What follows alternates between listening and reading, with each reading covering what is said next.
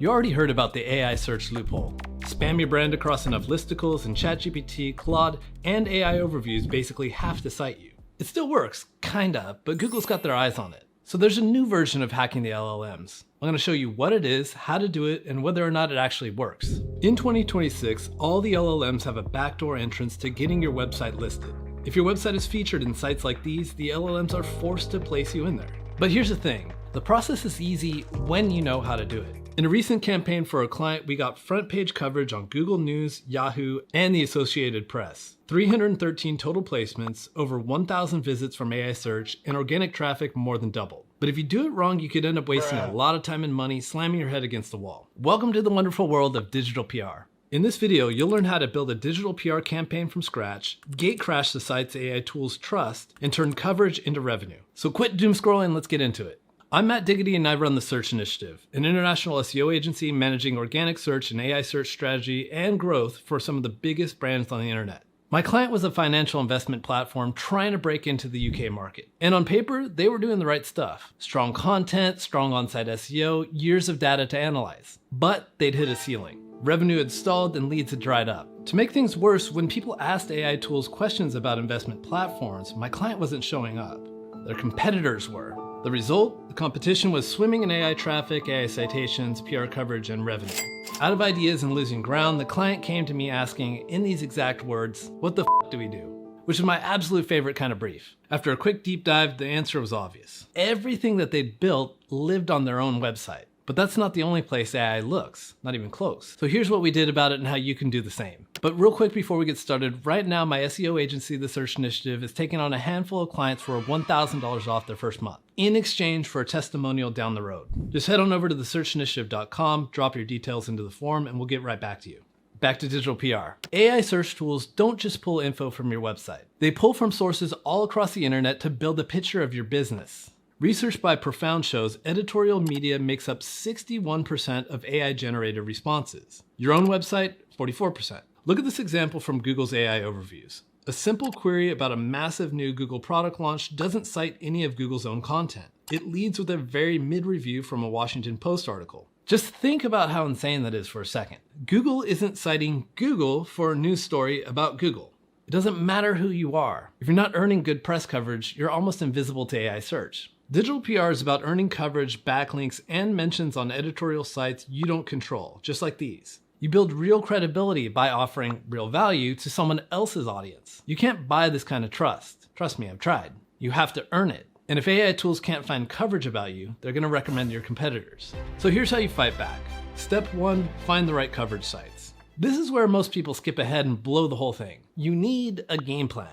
Search your core topics in Google and note what key publications keep showing up. Those are the outlets that already hold topical authority and likely the ones AI tools are going to trust. Then open Ahrefs Content Explorer. Type in your topic, filter by referring domains, and sort by highest. The articles at the top are the ones journalists keep linking to. And if you want to give yourself a head start, just ask the LLM tools who their most trusted writers or sites are in your niche. Let the robots do their own online stalking. Now, when building your media list, prioritize authority over size. A link from the BBC, Reuters, or the Wall Street Journal carries a domain authority in the mid to high 90s. That one link does more for your rankings and your AI visibility than dozens of links from lower tier sites. Step 2, build your story. Here's where most people overthink it. Run a stock take over the materials you already have or what you need to develop. Your friendly neighborhood SEO agency can always help you with this. Great starting points are past customer or industry surveys, industry trends you've been quietly tracking, and upcoming product or brand launches and relaunches. Once you know what you have, the next job is finding the angle. Formats that consistently get picked up include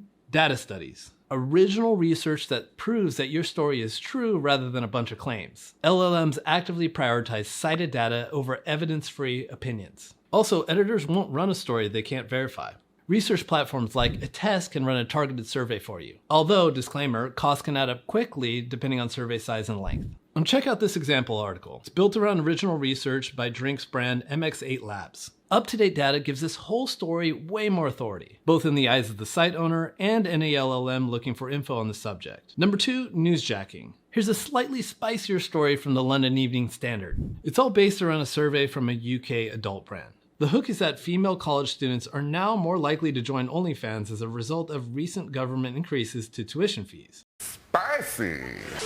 The company saw a story breaking, found a killer angle, and then secured a DR80 backlink. That's what I meant by newsjacking. Get your head out of the gutter. Step 3, write the press release. This isn't like writing a blog post. Writing a press release is more like science than art. Here's a real example TSI created for a B2B manufacturing client. Headline goes first. Anyone should be able to understand what the story is just from the headline, but also why they should care. This headline makes the tension obvious. Everyone's doing this thing, almost no one is ready for it. That's a story. Next, the lead. This is where you flesh out the details of who, what, when, where, and why. Survey of 250 decision makers, independent agency, US companies with over 1,000 employees. That's credibility established in just 2 lines. Then come your key facts, the data, the findings, the specifics that back up the lead. This is where your research does its job. Then a quote, a relevant, confident statement from your company that shows authority on the subject. Finish up with a CTA in your company bio and you're ready to dance. Just make sure your images, data visuals, and any graphics are ready to go. Step 4, pitch smart. Now's the part that makes us introverts want to jump out the window. Cold outreach. Take my hand, we'll get through it together. Tools like Muckrack and Hunter.io help you find writers and editors' contact details. If you're on a budget, most writers also list contact details on their author pages. Go back to your target list and add as many contact deals as you can. To maximize your chances, personalize every pitch. Explain specifically why the story is important for their readers right now. Keep it from 150 to 200 words maximum. Their inbox is as crowded as yours, so keep it punchy. Here's the structure we use for our manufacturing client. Hook, 1 to 2 sentences, why this matters right now. The story, 2 to 3 sentences, key findings and or newsworthy angle. The evidence, 1 to 2 sentences, brief methodology or data source. The offer, 1 sentence, what you're providing, exclusive data, expert interviews, etc. And the call to action, 1 sentence, clear next step.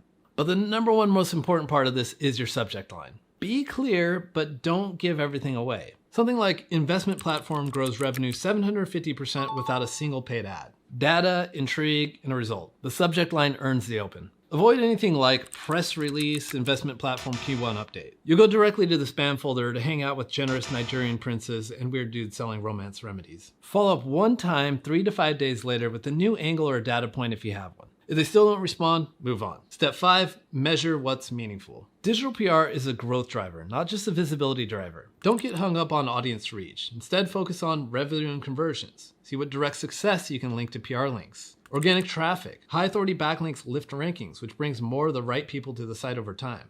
AI citations. Tools like Otterly AI track this automatically across multiple AI platforms. And unique referring domains. Track this in Ahrefs Site Explorer under the referring domains report. It gives you a timeline view so you can see exactly what the campaign moved. Here's what this approach generated for my client. 313 press placements, including Google News, Yahoo, and AP News. Over 1,000 visits from AI tools like ChatGPT and Gemini. And monthly revenue jumped from $2,000 a month to $17,400 a month. If you'd like us to do the same for your site, head on over to thesearchinitiative.com right now. Until the end of the month, we're taking on a limited amount of clients for $1,000 off the first month.